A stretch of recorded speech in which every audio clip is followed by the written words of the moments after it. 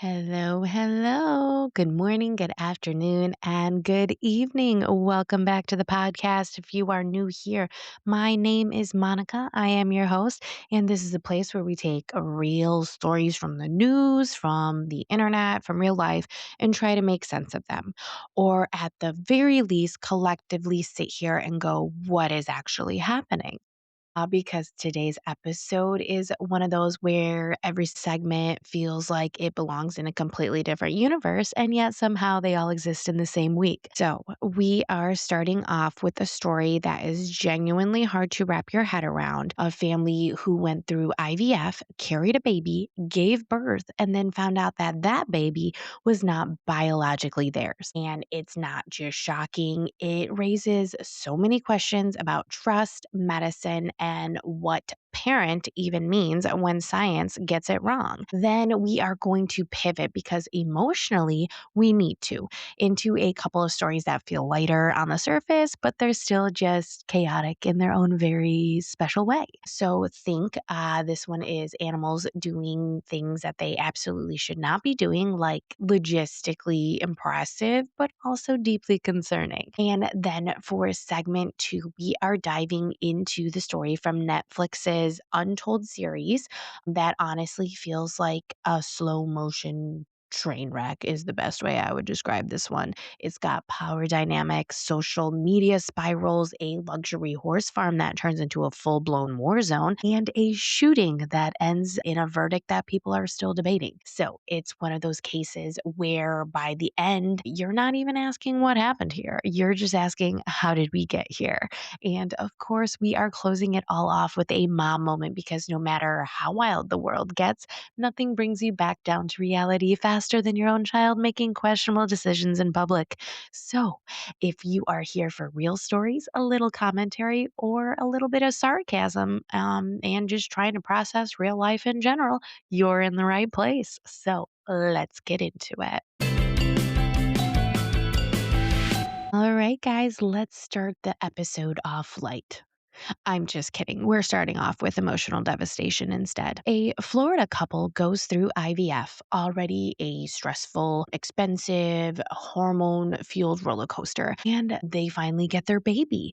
Except, plot twist, the baby is not biologically theirs. Yeah, let that one sink in for a second. So, this story really caught my attention, and we're just gonna go through what happened here. So, according to a reporting from the NBC News article that I found this in, this couple only realized something was off after the birth when their child didn't resemble them at all. And genetic testing confirmed the unthinkable. The embryo implanted was somebody else's. Now, imagine you carried this baby, you birthed this baby, you love this baby, and legally, genetically, that's not your baby. I am sorry, guys, but how are we just casually living in a world where this is even possible? So, the couple, Tiffany Score and Stephen Mills, tracked down the biological parents who've now been identified, but their identities are being kept private. And here's the part that really it got me. So they said that they will always love and raise this child while also acknowledging that the biological parents have a right to step in. So now we've got two sets of parents, one baby, and, a legal, emotional situation that no one actually prepared for. And the clinic involved, they closed. Yes, because of course they did. So if you were hoping we'd lighten the mood after that emotional roller coaster, don't worry, I got you. Let's just pivot from the existential crisis that was to an uninvited rabbits on an oil rig situation somewhere off the coast of Scotland. Three baby rabbits said, you know what? let's travel. And not like hop across a field. No, no, no. These tiny little agents somehow stowed away in a shipping container, traveled from Dundee to Aberdeen, got loaded onto a vessel, and then ended up 93 miles offshore on a North Sea oil rig. Who approved this passport? Because I just went through this process and it was costly and timely. And they just, kind of hitched a ride and did whatever they wanted to do. So these little fugitives were found just hopping around the deck, like, yeah. This seems like a good place to go explore, guys. Workers on the rig were like, absolutely not. You are not built for offshore drilling life. So they scooped them up. They made them a little bed. They fed them veggies and basically ran a full on bunny daycare in the middle of the ocean. Then, because the story wasn't chaotic enough, they found a third rabbit hiding in a forklift pocket.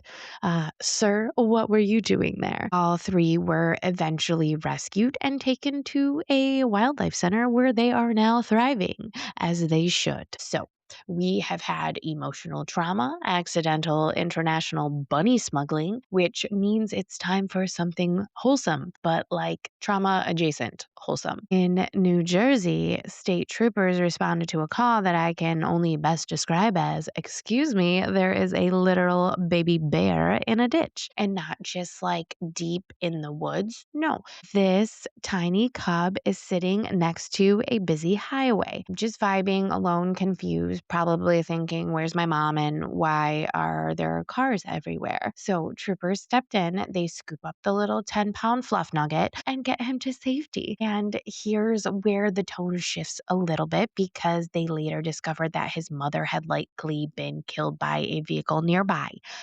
Yeah, which is like super sad.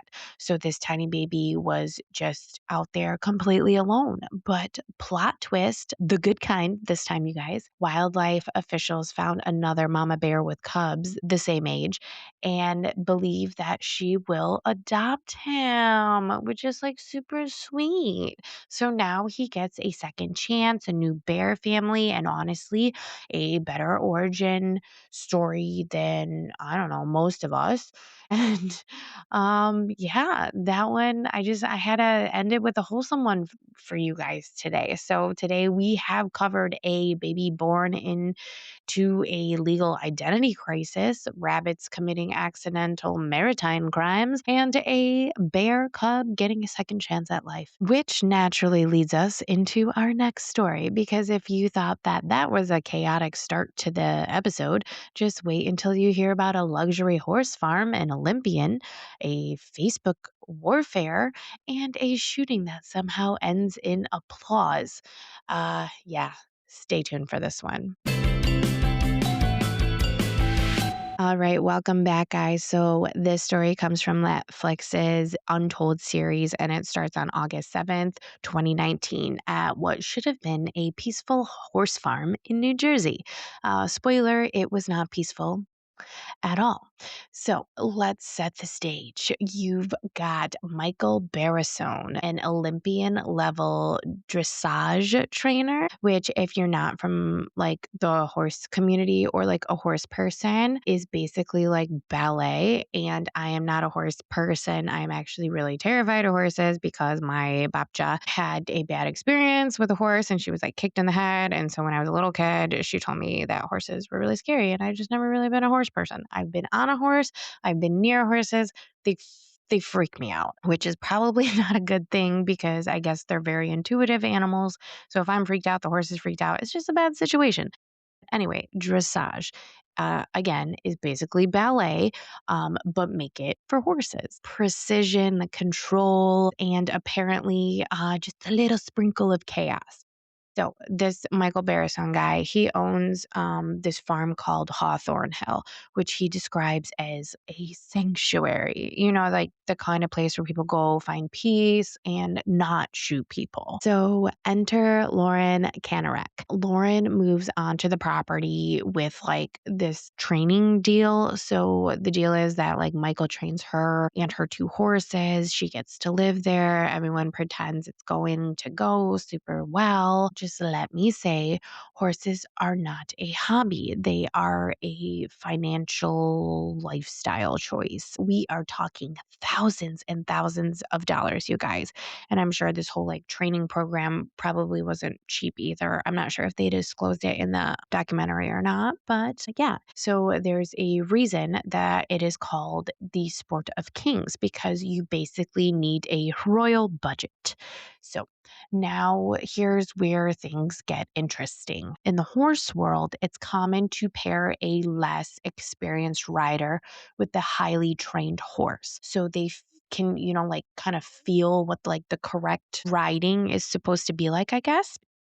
So Lauren starts riding Michael's prized horse, who she calls JJ, but his name is JT. And then Michael describes this horse as like the Corvette of horses. Okay. And then like Lauren's horses, he literally calls like the Toyota Corolla, which it's I mean, don't bash a Toyota Corolla. It's a fine car, you know what I mean? But apparently this horse is just like top tier, which is shady, but also like paints the picture perfectly of how I guess Michael's attitude towards his horses are. So at first, everything like seems fine until Lauren starts posting videos on Facebook of her riding JJ and acting like it's, kind of like her horse now. And then she actually enters a competition with him. And then this is where like Michael is kind of starting to lose it. And he's like, absolutely not. You're devaluing my Corvette, essentially. And honestly, I can kind of see his point a little bit because again, I don't know very much about the horse community, but it does make sense because so my mom is a dog breeder and she brings her dogs to like compete in shows like that. And a lot of the point system has to do with the rider as well as you know the horse or the dog in my mom's situation. So on the other hand, Michael is going also through a divorce, and so he needed to actually sell JJ. So it it was kind of like a win-win situation, sort of, but not really, but kind of. I don't know. This one's like super confusing. So anyway, Lauren swoops in and she's like, I'll just buy him. And for a brief shining moment, there is peace. But peace never lasts in these stories, does it? So now enter Mary Haskins, which is Michael's girlfriend. She starts helping train Lauren. And then the key word here is like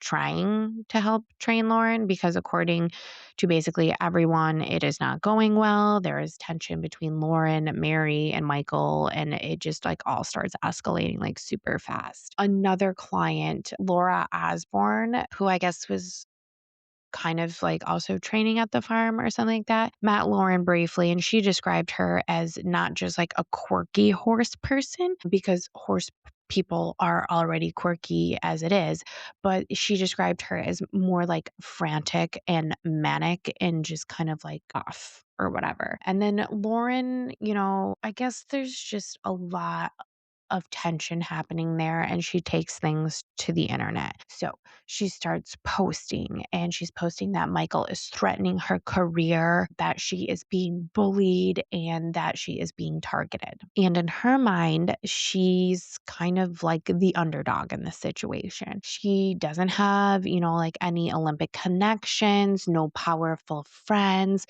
So she's just like on full on defense mode on Facebook. Meanwhile, Michael is trying to file civil complaints. The police are basically like, sounds like that's a you problem. So now here's where it gets even weirder. So in the equestrian world, there's something called the U.S. Center for Safe Sport. So like kind of like think of like the UN, but for horse people. So Lauren files a complaint alleging bullying, harassment, and abuse of power. And at the same time, Michael and Mary kind of realize Lauren has been secretly like recording them because she thinks she needs evidence of this. So, police are being called repeatedly in the days leading up to the shooting. Everyone is on edge, and it's like Michael the one who's calling the police. And then we have the gun. So, another woman that is on the farm, her name is Ruth. She owns like this really cute, like 9mm pistol. It's like black with like pink camo. It was actually a really cute gun. Guns do scare me a little bit. I would like to learn how to handle one myself, but yeah, they do scare me, but this one, it just looked cute and dainty and manageable. So yeah, cute, sure. Comforting in this situation, absolutely not. So Michael tells her that it shouldn't be in her car. Like, I guess the police advised him or something. I have no idea. So she puts it into his safe on the property. So remember that. Okay. Because that detail becomes like important later, like a bad sequel. Okay, so now we're days away from the shooting. Lauren posts on Facebook something along the lines of, everyone should be worried. I'm not responsible what my other personalities do when they're threatened. Okay, ma'am, what? What are you even talking about at this point? Michael reports this to the police, which I totally get it because it's just like kind of a really ominous post. But again, she's not like physically, I don't know, she didn't like physically like put Michael's name down or his family or anything. But again, nothing happens. So now he's just like scared. And then Child Protective Services shows up at the property, and suddenly everything feels like it's kind of spiraling. So the next day, it's like raining because, of course, it is. It's cinematic, whatever. So, like, Lauren is walking up to the house, and Michael says, like, how do we end this war? Michael is super frantic and he's yelling and he's like, when will this stop? Or something like that. And then he shoots her. Like, what the actual F? Okay. So Lauren is like alive at this point. So she's been shot and she calls 911 herself. And she's like, oh my God, I have been shot in the heart. I need help. I need medical attention. Michael is the shooter. So police arrive. And then a coworker, I think his name is Ron, he's also there during this altercation and he like tackles Michael and they detain him. And he just like keeps repeating to himself a few times after he's detained, I had a good life, which is not exactly what you say, after you've just shot somebody. But then again, I guess I don't think I've ever met anybody that's shot anyone. Okay, so Cuckoo Bird over there is like kind of losing his mind. He's just shot somebody. So then Lauren, she's rushed to the hospital and she's like legit in a coma. And then somehow she survives this, right? So then like Michael also wakes up in the hospital and then he's kind of just like, oh, why am I covered in blood? And then he claims that he remembers like nothing from this incident. So enter the insanity defense. Michael is obviously going to go to court for this. And Michael's legal team is arguing that Lauren pushed him to the brink. Her social media post destroyed him and he snapped. And they bring in a forensic psychiatrist who diagnoses Michael with delusional disorder and persistent depressive disorder, basically saying that he believed that he was under attack and acted this way in self-defense mentally, I guess. So the defense also like pulls up 19,800 pages of Facebook posts from Lauren's Facebook page. This also includes text messages and receipts on just her posting weird, ominous things. And a lot of it, she's like, oh, that's from like a play or that's a quote from this, that, or the other. But she admits that they were very much directed towards Michael, even though they were a little unhinged. She's just like, yeah, I posted that. And she just backs up and has a reason for posting things. But again, Lauren did not shoot anyone. So the prosecution argues that this insanity diagnosis is complete bullshit because he remembers everything else, but nothing about his criminal activity, aka shooting her. Super convenient, right? So Then Ruth, remember the lady with the gun? So she testifies. The thing is that the gun was taken out of the safe 3 days before the shooting, which starts to look a lot like premeditation on Michael's part because he asked for the gun, he put it in his possession, and then he took it out days before Lauren was shot. So, like, now it's whatever. Michael's insanity posts, like, not his post, his insanity, like, plea is just kind of, I don't know, it doesn't make sense in my brain. And the CPS visit, Lauren says that she only reported bullying, but CPS says that they came because of concerns from the Safe Sport, the report that Lauren made to Safe Sport. And because during that report, they were asking if there was like minors on the property, and Mary's children lived there. So they came because of concerns involving Mary and her children. So now we've got social media warfare, legal complaints, CPS involvement, and a gun retrieved days before. And somehow this is still going to get weirder, you guys. Okay. So the verdict, there's like days of deliberation. Michael, during this entire trial, I totally didn't mention this, is looking like a crazy person. Like, this is like a professional man, well known in the community. If this delusional disorder only happened during that moment, why is he looking like he just looked crazy, you guys? Like, his hair was like, it looked like he had just been electrocuted and then just like rolled around on dryer sheets or something. Like, his hair was crazy. He had this like crazy look in his eye. Like, he was acting, he was so badly acting the entire time. It's like rocking back and forth, like, like, couldn't even like make eye contact. Like, oh my god, like, the Oscar goes to, like, come on, bro. But anyway, the jury must have ate the entire thing up because they found him not guilty by reason of insanity. I am sorry. Like, what on earth? Like, cue the imaginary Oscar speech, you guys. Like, it just blows my mind. And here's the part that also gets me. People in the horse community were actually like cheering about this, okay? Like, cheering for a man who shot someone.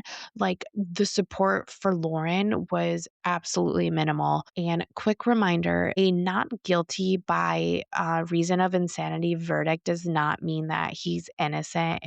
It means that you did it, but you're not criminally responsible due to a mental illness. So Michael goes to a mental institution and is eventually released because he's not considered clinically insane anymore, because he never was insane, guys. At least that's my opinion on it. And Lauren, so she survives, but she is living with a collapsed lung, permanent physical damage, trauma that doesn't just go away, you guys. And somehow to this day, they still have a strange, ongoing, like, I wouldn't even call it a relationship, but they're still just battling like against each other. Like, it's super weird because of course they are. And, just when we think this whole thing has been like blown over or whatever, on December 15th, 2025, Safe Sport banned Michael from the sport entirely. And he was banned for the reasons of sexual harassment, misconduct, and policy violations. So the, I guess, dispute is over. I don't know. I guess it's over. This story it was just wild. It was like a social media spiral, a power dynamic gone nuclear, and a system that kept saying, figure it out yourselves, until somebody got shot. And I cannot get over the fact that this whole thing started with horses and ended with a courtroom drama that feels like a rejected episode of Law and Order or something. Yeah. So what do you guys think about this one? Like, do you think Michael was truly like led to the brink of insanity, or was this like a calculated event? I'm leaning more towards after, like, I do think Lauren is extremely quirky, and I do think she was kind of a cuckoo bird for posting so much on Facebook. Like, it's like sometimes people treat Facebook kind of like their personal diary. But I'm sure, like, if I was friends with her, I would have just kept reading it as well. Um, however, I just At what point should authorities have stepped in? What do you think? Am I the only one, just not happy with this verdict? Because you don't often hear the insanity defense. I mean, you hear about it being attempted with mass murderers and stuff, but it never takes. Is that the word I'm looking for? I don't know. Okay, that's enough. Let me know what you think in the comments. Let's get to the next segment. Okay, welcome back. That last segment was pretty crazy. Now we're gonna get into our mom moment. And this week I got a few things to talk about. It's been a not weird. I guess it's just been a funny week. It's been really nice here in Michigan. The day is gorgeous. I mowed the lawn for the first time today and it was awesome. I miss mowing the lawn. It is one of my favorite things ever. And I can't wait till my landscaping contract deal. I can't wait till they do all of that because I think it's going to make my yard just more manageable for me. But anyway, so this week we're outside. It's a beautiful day, and we had just left the dentist, which already feels like an accomplishment because this is his first dentist appointment, and I was super nervous because he hates going to the doctor and getting a small child to sit still while somebody pokes around in the mouth is not an easy task, and he legit hates going to the doctor. I think it's because he's gotten vaccines and shots and stuff. So I was really, really anxious about how his appointment was going to go, but it went really good. And he liked the dentist. It's not like he loved it or anything, but he did really good at the dentist. But anyway, so I'm feeling good. The baby's fine. And I'm like, okay, we did it. We survived. Let's take a nice peaceful walk outside. And I'm trying to teach him a life lesson at this point, like one of those responsible parent moments when you're just like, okay, when we're crossing the street, you need to hold my hand, kind of a lesson. And then it's just a very good lesson. We live on a pretty quiet road, but there are people that drive pretty quick sometimes. And it's just like a general knowledge, do not go in the street without looking or holding mommy's hand. Simple, basic safety 101. He looks at me and he's like, no, I'm not going to do that, mom. So just immediate defiance, no hesitation, no negotiation. And he just kind of yanks his hand out of my hand. He pulls away and takes off and immediately just eats it flat on his face. And not a stumble. It was not a graceful trip or anything. It was a full body gravity checked. I don't even know how it happened. It was just boom, boom. So he fell flat on his face. And for a split second, my brain was like, oh my God, we just left the dentist and he just busted the teeth out of his mouth. Because, that would happen and that would be his life story. So I'm spiraling within seconds. Everything just is happening so fast. And I scoop him up and I'm doing a full facial inspection, like a trauma nurse, and there is blood, but it's not coming from his mouth. And thank God though, thank God, no broken tooth, nothing. He did scrape his nose and he did bruise his ego. Meanwhile, he's crying. I'm trying not to sort of laugh because it was kind of it was really a told you so kind of a moment.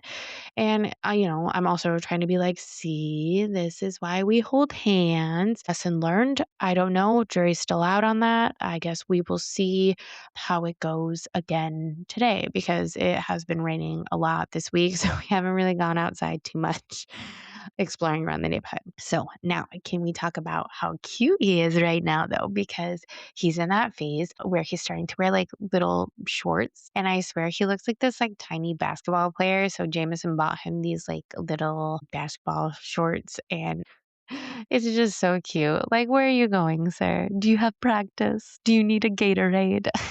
And his little legs, they're so chubby and wobbly when he runs, and his confidence is just, he's always so confident all the time. He's just so funny. It's he's gonna get drafted in a toddler basketball league or something. And what was the other thing? Mischief. Yes, yes. Dude, this child.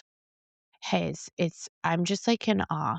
Like truly, how are we this small and already committed to so much chaos? He is climbing things he absolutely should not be climbing, and knocking things over, just to see what happens, and then like looking at me dead in the eyes while doing something that he knows he shouldn't be doing. Oh my gosh. I have had so many heart attacks this week with the things. Like he's pulling things on top of himself. I don't know how much more I can baby proof, but it's just like it's out of control. It's the curiosity and it's the audacity that is getting me. It's like I'm going to test gravity, your patience, and every boundary in this house all before lunch. It's just been a lot. Like, I understand this is just a phase, but part of me is like, please stop. You're going to hurt yourself. And the other part of me is like, okay, but also, how are you this funny doing these things? Like, he's like Indiana Jonesing to get out of situations. And it's this has got to be a phase. But yeah, watching him like learn in real time and watching his like personalities come out and watching him fall like literally and then get back up again. Um, this is like the reason I think that people say like it's such a rewarding experience. I don't know, is that right? He's just like I feel like the way that I am learning to mother him, but also let him fail is it's like a very special dance. And at the end of the day, you're just like standing there with a little scraped nose, tiny basketball player, chaotic machine, and you're just kind of like, yeah, this is my favorite person on the entire planet. So yeah, everything's been good. Everything's been really, really good.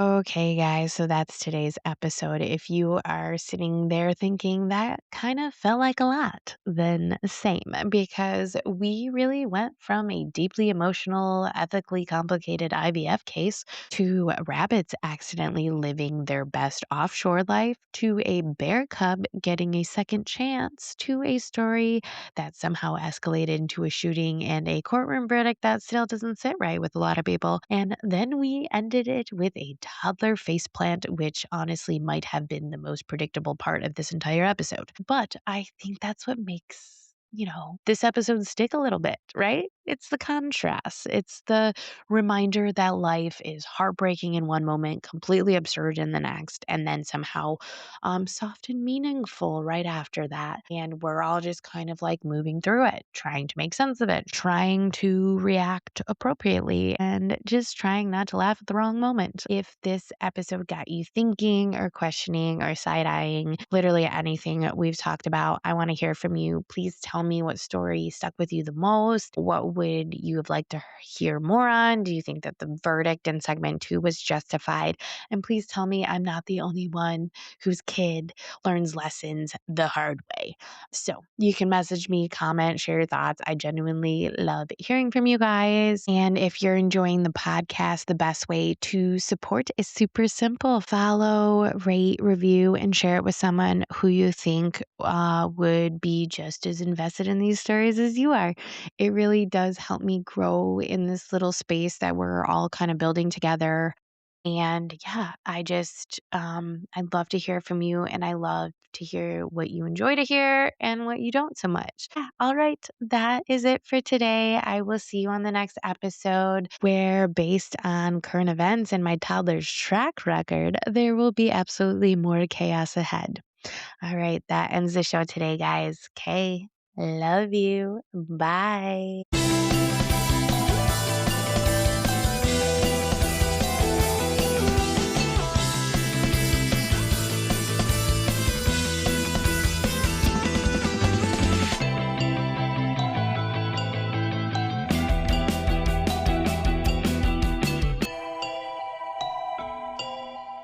This podcast is for entertainment purposes only. The facts are fuzzy. Our stories and opinions are just that, stories and opinions, not meant to be taken as professional advice.